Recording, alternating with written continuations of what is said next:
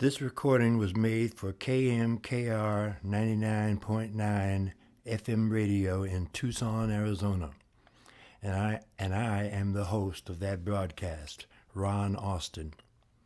The show is Southern Arizona Independent Justice Media.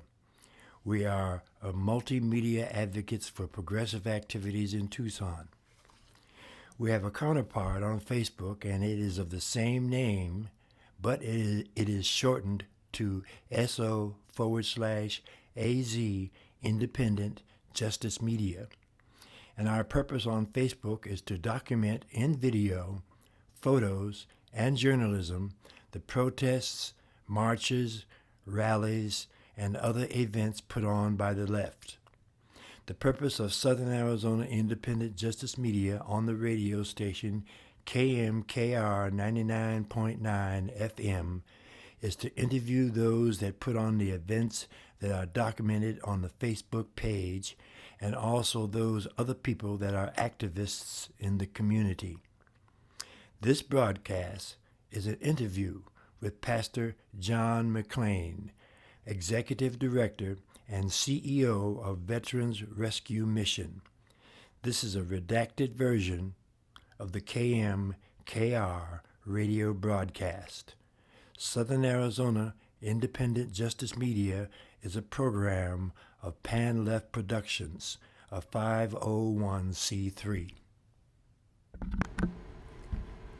So, John, tell me about yourself. I was a military brat. I was born of two Army parents in Nuremberg, Germany. We moved around a lot until I was 12, where I grew up in Chandler, went to high school, and then I joined the Army myself when I was 18 here in Tucson, Arizona. Went to Iraq shortly after joining the Army, up until I was about 21 years old, and then I became a pool and landscape contractor at that time, and an entrepreneur most of my life, up until I was 26, when I really started to get into activism, first environmental activism, as a radio show host, and I turned my companies into conservation companies of sorts.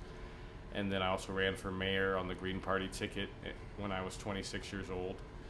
And after kind of reaching an awakening with the Occupy movement, I started as an Occupy organizer with Occupy Tucson, and that kind of started my path of homeless advocacy, where I was homeless for 5 years, sued the city over homeless rights, started a homeless camp that I ran in the middle of downtown for many years, and eventually got my life together, got housing, and got a job at the VA, got my disability for my time in combat, and started this place, a homeless veteran transition center, and non-denominational Christian church. So you're a pastor. I'm a pastor. Okay.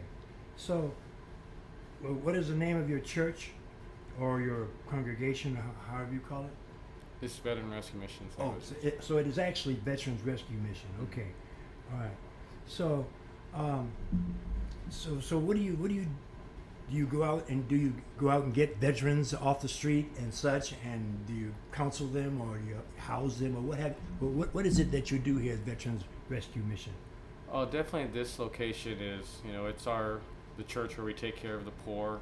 Primarily, we'll go, which is a pillar of our ministry, we'll go out into the streets, we'll stay there for, X amount of time, locate veterans on the street, get them back here, get them safe, fed, let them know they're comfortable, and then we'll help them with their housing appointments, and help them get connected with whatever services that they need. So yeah, this all in all, this place is kind of just a clearinghouse for homeless vets until we can get them connected with the benefit.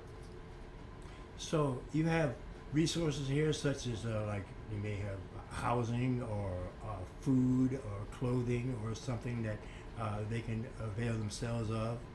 Yeah, well, this is a tiny house village with 5 tiny houses, two bedroom trailers of sorts, or 1,000 square foot trailers, a pantry, a laundry, shower, a electricity, water, Wi-Fi, so pretty much everything that they would need to be able to function day to day we have here.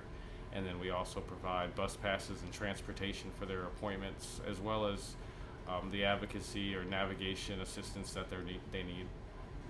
So, okay, now do you have social service representatives here, or do they come here?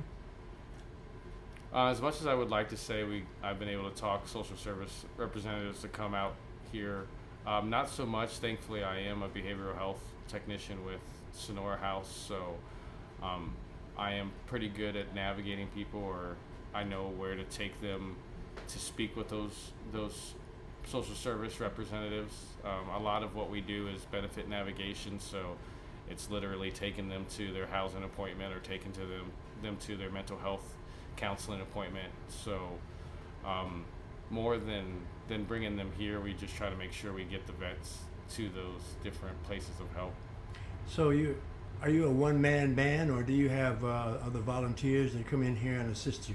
Well, we have a board of 6 that they're pretty helpful. Definitely, they all have their own roles. Like we have one board member that's an architect, so whenever we need a development plan or a rendering, he's always there. It's Johnny on the spot. Or we have another board member that's a legal specialist, so if we have any legal issues or we need to file any forms, he's our guy. So definitely everybody on our board serves different roles, but just has kind of always been my role among us is to be there to counsel to people, be there to listen, and be there to give them the answers they need on how to navigate the next step.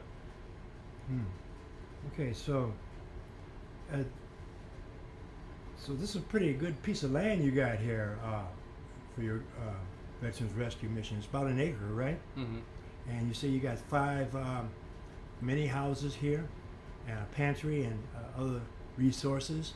Well, what do you hope for the future for this spot?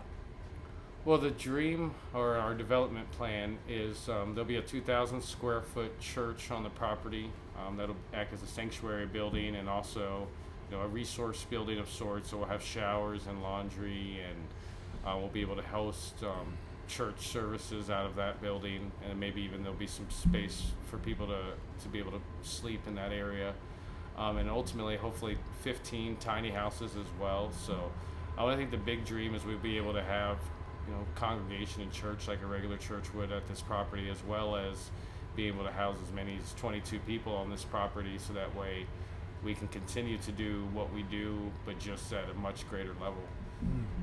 So how is the acceptance of your presence here in the veterans by the neighborhood? It's actually been surprisingly well. It's not antagonistic. It's not contentious. We have a lot of veterans that live in this neighborhood, and people have a lot of support for their veterans. So we've made more friends than enemies. We had a couple neighbors that we've given appliances to when we had extra, and they've certainly appreciated that. We have our when we have groups come in, we clean the weeds off of the path for the street that we all share. So it's all in all, it seems like it's been pretty good. The county government that's where the animosity really lies, where we've had conflict. But as far as the neighborhood themselves, I'm surprised we haven't experienced too much of the NIMBY prognosis in this area. But it makes sense. I've experienced that a lot with helping just the unhoused versus helping unhoused veterans. It's usually night and day. People really support helping unhoused veterans, where the traditional unhoused population not so much. Okay, so you have a good relationship with the neighbors, but the issue is with the city, you say? The county. The county, excuse me. Yes. Okay, so well, what are their issues with your being here? Well, when I initially bought this property in February of 2018, I went to the county with our development plan, and I spoke to the county review board or the zoning review board, let them know what we're doing or wanted to do, and they said pretty much we wouldn't be able to do any of that, and even though the Religious Land and Institutionalized Persons Act clearly allows for what we want to do, they said that wouldn't apply. So we knew right at the beginning that they weren't going to be big fans of what we're doing. but we kept on mowing forward, and we continued building tiny houses. We built organizations to support us, and then recently, I think as recent as 3 months ago, they sent us a letter that told us if we didn't stop all operations of the rescue mission on this property, that we would be fined $750 a day as of August 9th. So preemptively, I want to think August 2nd, we filed a civil rights lawsuit against them like we did against the city of Tucson. So that way in federal court, we can see how the Religious Land Use and Institutionalized Persons Act applies to this. Okay. All right. So, can you conceive of any particular? Is there any reason other than politics for them to be doing something of that sort? Well, just the way they're handling it, it definitely it feels like we're playing politics again. I definitely coming into this, especially when I went to them from the get-go to say, this is what I want to do. What accommodations can we make? How can we be reasonable in this? And they haven't been very helpful, but they could easily work with me. They could easily work with this neighborhood to help develop this neighborhood and help develop this program. But instead, they just have, kind of like the city did, they're just telling me what we can't do rather than telling me where the pathways of helping people are. So I would like it not to come down to a settlement table or a trial to deal with these cases, but it's, as I'm sure as you experience yourself, when it comes to dealing with the government, they have so much hubris that the only time you can really get them to speak reasonably is in a courtroom. Yeah. Okay. All right. So you have this organization here, Veterans Rescue Mission. You are pastor here. You have a number of board members.